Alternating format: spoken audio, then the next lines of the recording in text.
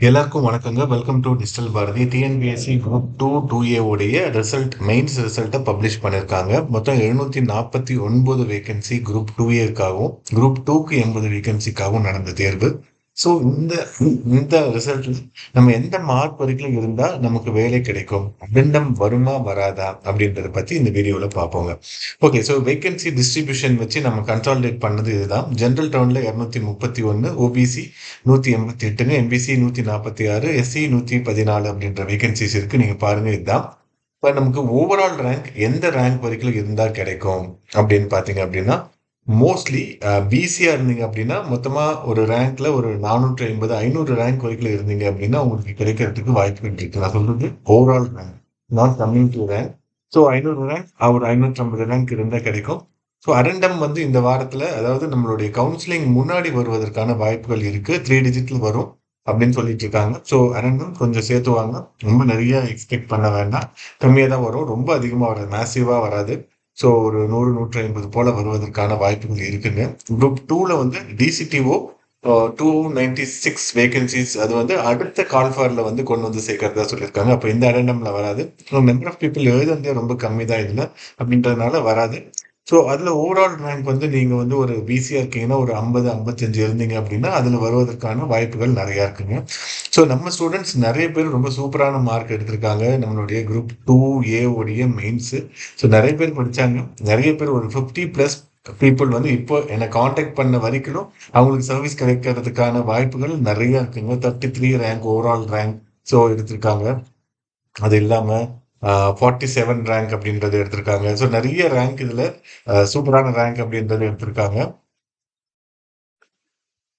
42 rank, 36, அப்புறம் 86 rank எடுத்திருக்காங்க.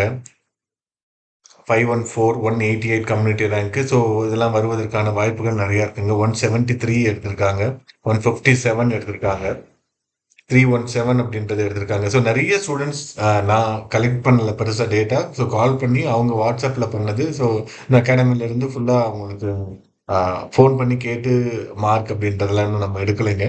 So நல்ல ரேங்க் அப்படின்றது நிறைய பேர் எடுத்திருக்காங்க.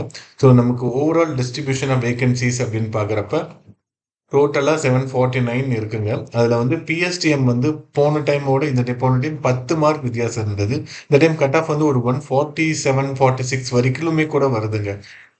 ஆனா நெறைய பேருக்கு அவங்களுடைய ஃபைனல் மார்க் அப்படின்றது மாறி இருக்கு. 135 போட்டவங்களுக்கு 146 வந்திருக்குங்க.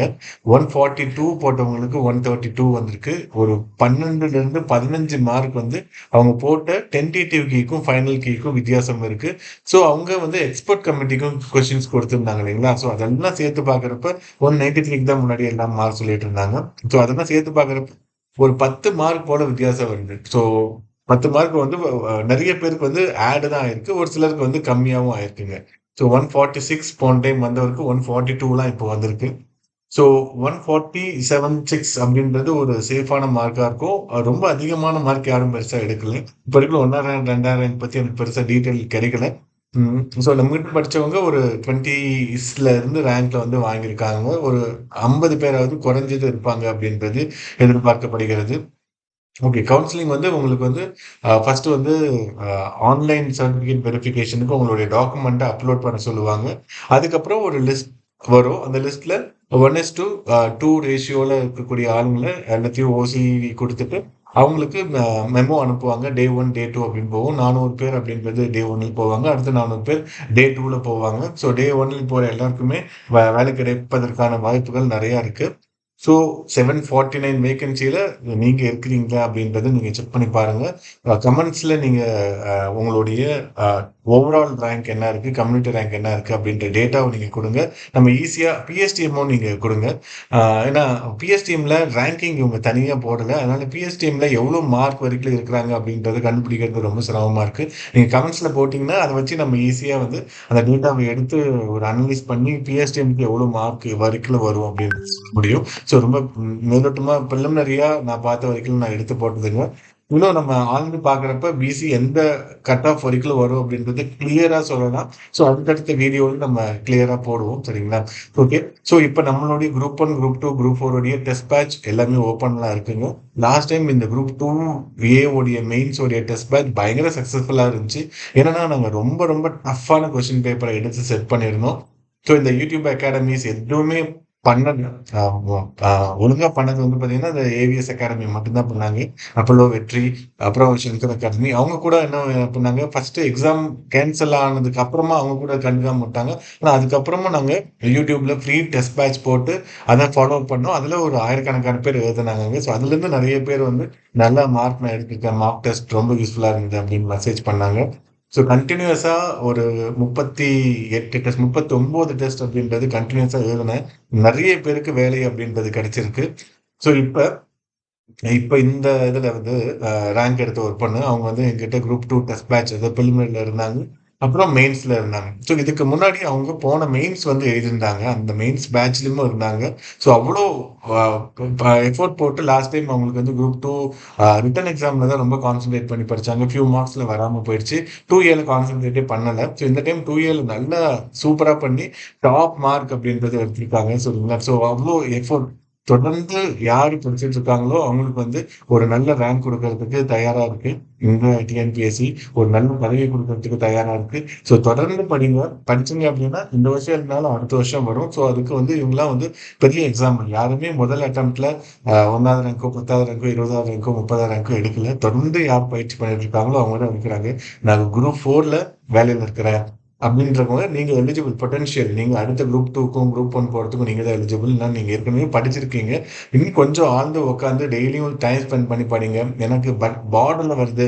5 மார்க்ல எனக்கு எப்பயுமே வராம போகுது அப்படின்றவங்க, நீங்க அ என்னன்னா 2 அட்டெம்ப்ட்டா 5 மார்க்ல போகுது அப்படின்னா, ஏதோ ஒரு தப்பு நீங்க பண்ணிட்டே இருந்திருப்பீங்க. சரியான மென்டர்ஷிப் இல்லாதனால அதை உங்களால ஐடென்டிஃபை பண்ண முடியாது. நம்ம தப்ப கண்டுபிடிச்சிட்டோம் அப்படின்னா, நம்ம ரொம்ப பெரிய ஆளா மாறிடுவோம் இல்லைங்களா? ஸோ அதான் நெறைய பேரால கண்டுபிடிக்க முடியாதனால தான் எல்லாருமே திரும்ப திரும்ப அந்த அந்த ஒரு விஸ்கஸ்லயே திரும்ப திருப்பி சுழற்சியில உட்கார்ந்து நம்ம ஃபெயில் ஆயிட்டே இருக்கோம்.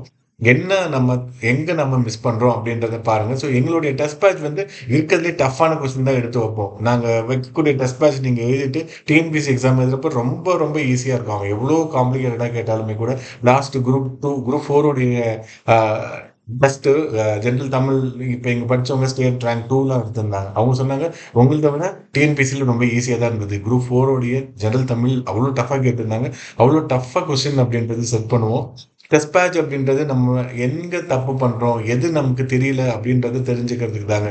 உங்களுக்கு எல்லாமே தெரியும் அப்படின்றத ப்ரூவ் பண்றதுக்கான ஒரு பேப்பரா அது இருக்கவே கூடாது. ஸோ அத நம்ம கன்சிஸ்டன்ட்டா திரும்ப திரும்ப நம்ம பண்ணிட்டுருப்போம். டெஸ்ட் பேட்ச் பத்தி டீட்டெயில் நான் கீழ போடுறேன். நீங்க பாருங்க. இந்த குரூப் 2ஏக்கு இன்னும் டீட்டெயில் அனாலிசிஸ் பண்ணி நாளைக்கு வீடியோ போடுறேங்க. நன்றிங்க.